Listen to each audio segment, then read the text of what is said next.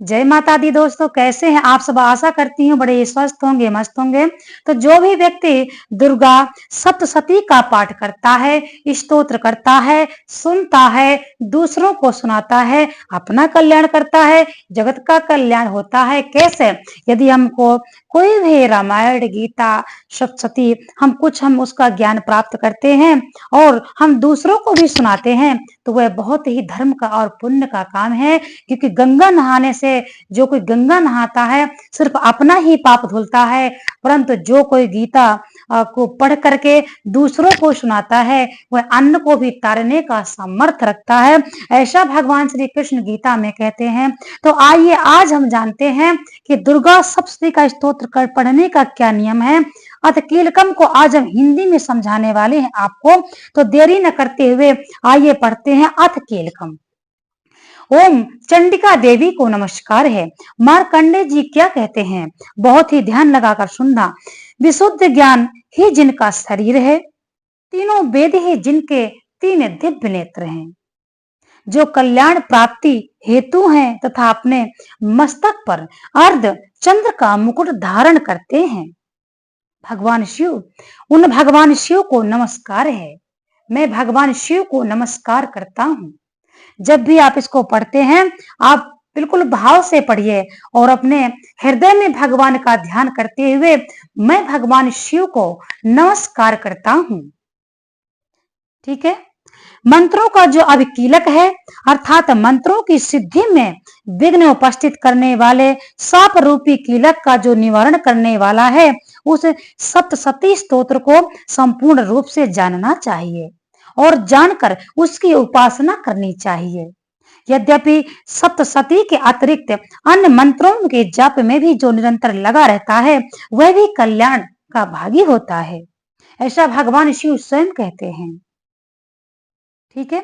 उसके भी उच्चाटन आदि कर्म सिद्ध हो जाते हैं तथा उसे भी समस्त दुर्लभ वस्तुओं की प्राप्ति हो जाती है।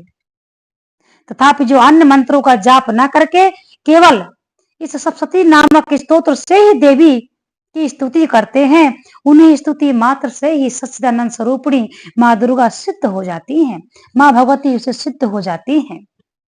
और माता रानी की कृपा से वह व्यक्ति जिस भी कार्य में हाथ रख देता है वह कार्य सफल हो जाता है, कभी असफल नहीं होता।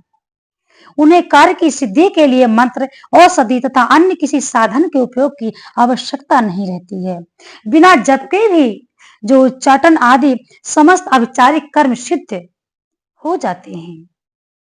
इतना ही नहीं, उनकी संपूर्ण अभीष्ट वस्तुएं भी सिद्ध हो जाती हैं।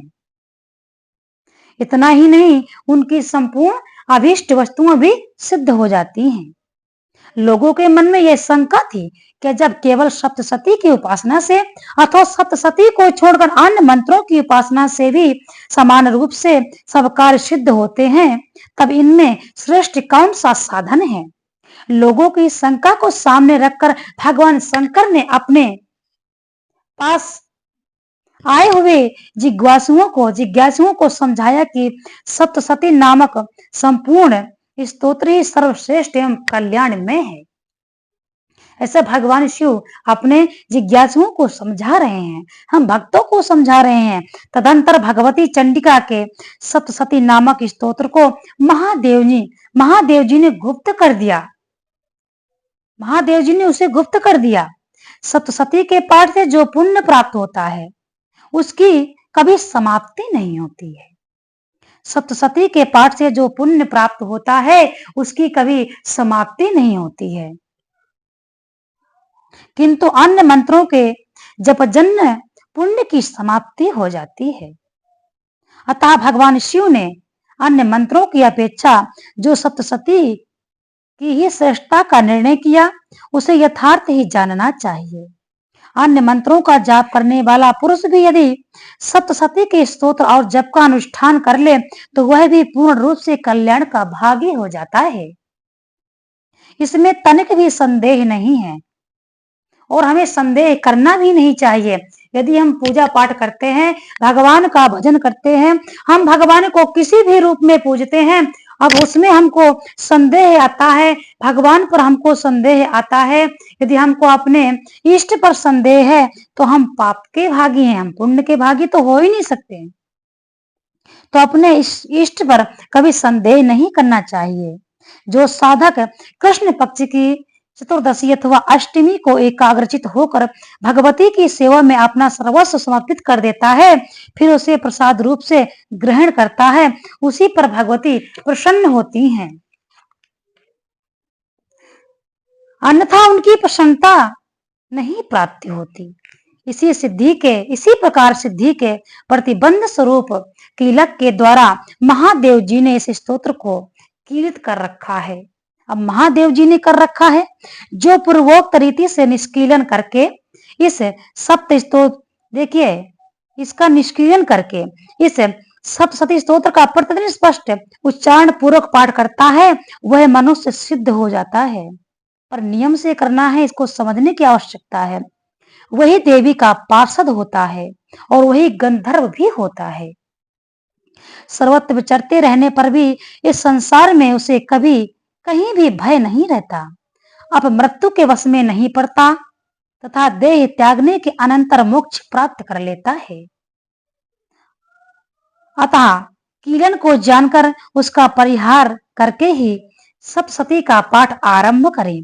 जो ऐसा नहीं करता उसका नाश हो जाता है। अब समझने का विषय है, इसको थोड़ा ध्यान से पढ़ना है।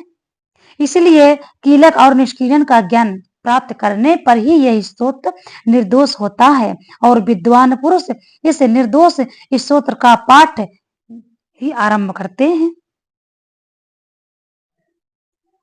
आपको इसको पहले निष्कीलन ज्ञान प्राप्त करना है और निर्दोष स्तोत्र का पाठ ही आरंभ करना है। स्त्रियों में जो कुछ भी सौभाग्य आदि दृष्टिगोचर होता है, वह सब देवी के प्रसाद का ही फल है। हमें माता रानी की पूजा अर्चना करनी चाहिए, अपने सौभाग्य प्राप्ति के लिए माता रानी से प्रार्थना करनी चाहिए।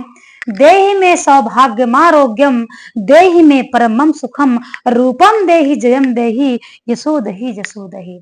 ऐसा हमको माता से प्रार्थना करनी चाहिए। हे भगवती, मेरे सभी कष्टों को दूर करें और मुझे सौभाग्य प्राप्त हो। हे माता, मेरे बच्चों को सुखी रखें। हे माता, मेरा छोटा सा परिवार है, उसको संपन्न रखें एवं अपना हाथ हमारे सर पर, हमारे बच्चों पर एवं हमारे समस्त परिवार पर रखें। हे माँ, मेरे माता पिता की हमेशा कृपा करें। हे माता, मेरे माता पिता की हमेशा रक्षा करें। हे माँ, हे कल्याणदानी, हे जगत माता, मैं आपका दासी हूँ, मैं आपका बेटा हूँ, मुझ पर हमेशा कृपा करें। इस प्रकार से अपनी भावना को रखकर यह देखिए, माँ दुर्गा की पूजा सफल जल्दी नहीं होती है। हमेशा कोई देवी के रूप में पूजता है तो नहीं, हमेशा माँ के ही रूप में इनकी पूजा करिए। इनकी पूजा माँ के रूप में ही सफल होती है, देवी के रूप में बड़ा कठिन हो जाता है। हाँ, तो इनको माँ ही बोलिए और इनको माँ के रूप में ही पूजा करिए, देवी के रूप में पूजा मत करिए। यदि माँ के रूप में करते हैं तो ज्यादा ही सही है, क्योंकि हमसे गलती हो जाती है। हम लाखों गलतियां करते हैं तो वो माँ है, हमको क्षमा करेगी। बच्चा गलतियां करता है और माता गलतियों को क्षमा करती है। बच्चे का कार्य है गलतियां करना और माता का काम है बच्चों की गलतियों को माफ कर देना।